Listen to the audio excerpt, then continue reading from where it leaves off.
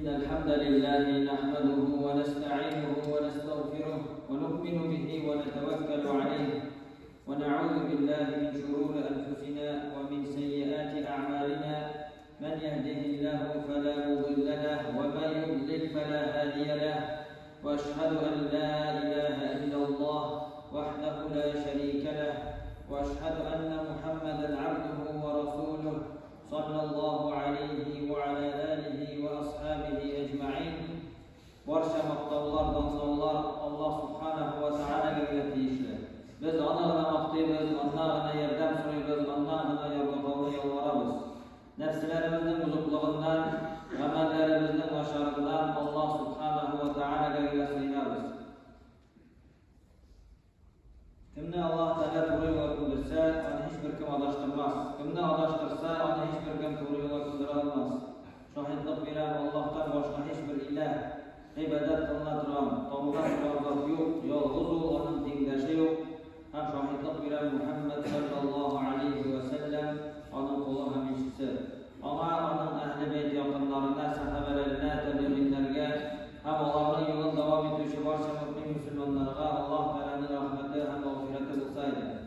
Alloh taolo Qur'onda aytgan: "A'udhu billahi minash shaytonir rojim va la taqrabuz zina innahu kana fahishatan wa sa'a sabila." Zinaga yaqin kelmagiz, chunki u buzuq ham noshar yo'l. Doim Alloh taolagan: "Va la taqrabul fawahisha ma zahara minha va ma batan." Fahishlarning oshib bo'lganida, oshib ishlanadiganida, yashirin ishlanadiganida yaqin kelmagiz deb Alloh taolo aytadi.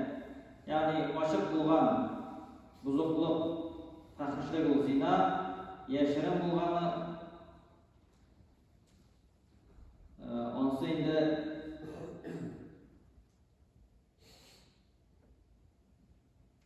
oshib bo'lgani u zina bo'lgani, yashirin bo'lgani u ugu, tutu ham qarov kabi.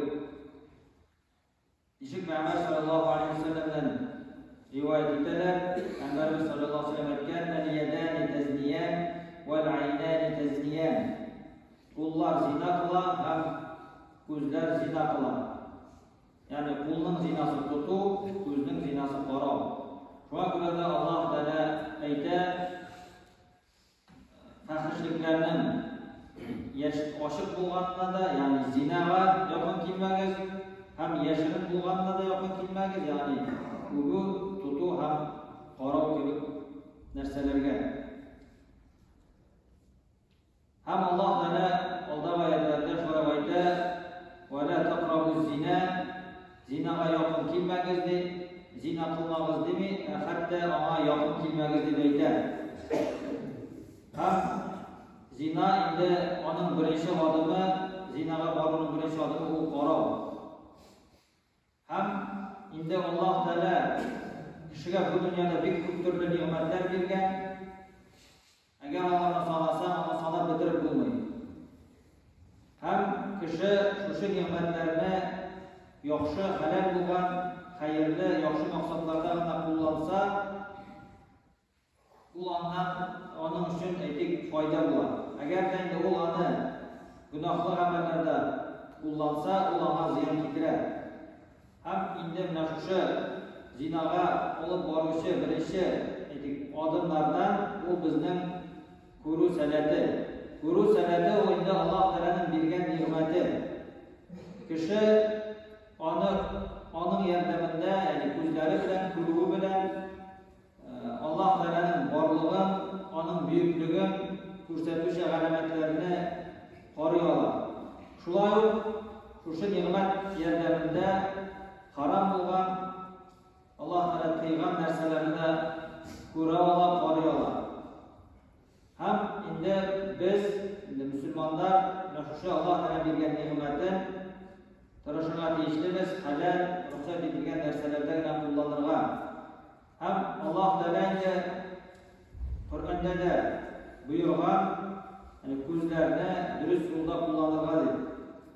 ham qarashlarni gunohli ham harom narsalardan saqlarga qo'shgan. Alloh taolo aytgan: "Qul lil mu'minina yaghuddu min absarihim va yahfazu furujahum, zalika azka lahum, innalloha khabirun bima yasna'un." Ey mu'minlarga, qorga yog'ib turgan narsalardan ko'zlarini yumsinlar, ham g'avrat og'zalarini saqlasinlar. Bu ular uchun ko'pga shistaroq. Durustlikda Alloh taolo ularning qilgan amallari to'g'risida xabardor. Shuning Alloh taolo bu amrni, bu buyruqni xotin qizlarga deydi. Alloh taolo aytadi: "Va qul lil mu'minati yaghdudna min absarihinna wa yahfazna furujahunna wa la yubdina zinatahunna illa ma zahara minha." Ey mu'minalarga, qorga yog'ib turgan narsalardan ko'zlarini yumsinlar, ham avrat a'zolarini saqlasinlar. Ko'ringanlardan qola, ya'ni yuz ham qo'l shugi. Ko'ringanlardan qola boshqa motorliklarini ko'rsatmasinlar dedi. Bu oyatda Alloh taolo musulmon bo'lgan irodlarga ham musulmon bo'lgan xotin qizlarga qarashlarin ham jinis a'zolarini haromdan chetlashtirishni buyuradi. Agarda kishi ko'zlarini gunohga qaradan saqlasa, ko'ngilin buzuq, shahvatli o'ylardan saqlab qolashadi. Alloh taolo bu haqda oldingi oyatda aytdi. Bu ular uchun ko'pga shistaroq dedi. Ya'ni kishining ko'ngli noshar gunohli o'ylardan shista bo'lib qolashadi. Alloh taolo bu oyatda birinchi shiratda qarashni, ondan so'ng g'avratni saqlag'iz dedi. G'avrat aqlini saqlag'iz dedi. Chunki kishining qarashi jinis a'zo bilan beylanishda turadi.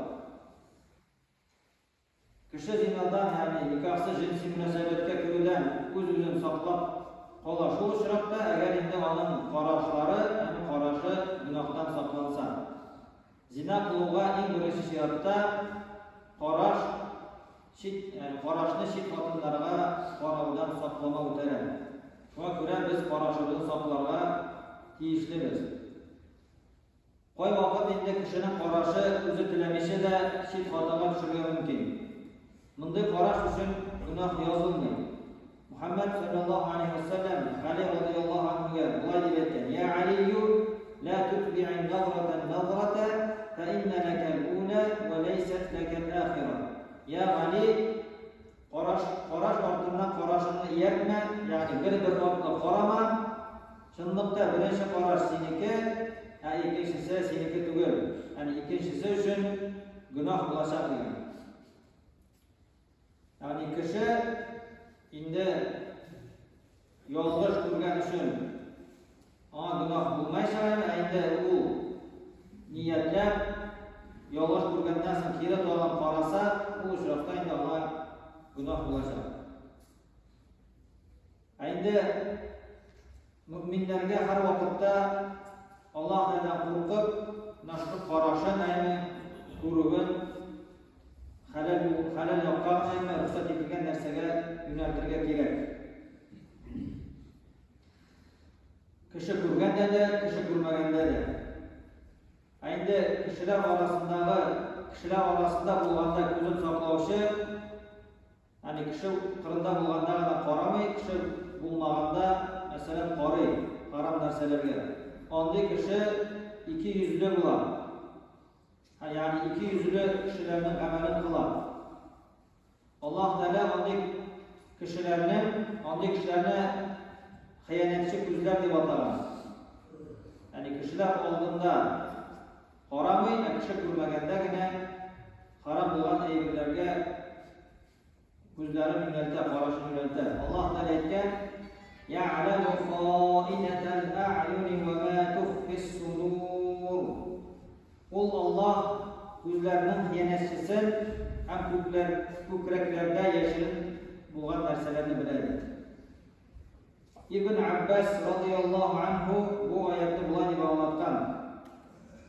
Kishilar orasida bo'lgan birov xotin qiz o'tib ketgach, o'rtasida o'z darajasini ham obro'yin saqlash uchun qarashni cheklashtirgan bo'ladi. Agar kishilar ona e'tibor etmasa, nega xotindan qaray boshlaydi. Agar kishilar ko'rir deb qo'rqsa, yana qarashni cheklashtirgan bo'ladi.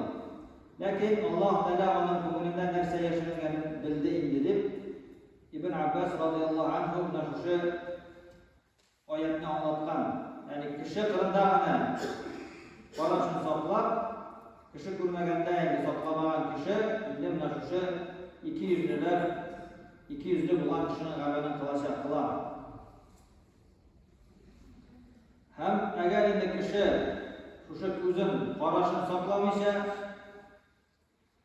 qarov sababli zinoga tushsa, ham zino qilsa-yu, onda kishilar asam degan quyuqqa ilagashadi. Alloh taolo aytadi: "Va man yaf'al zalika yalqa asama."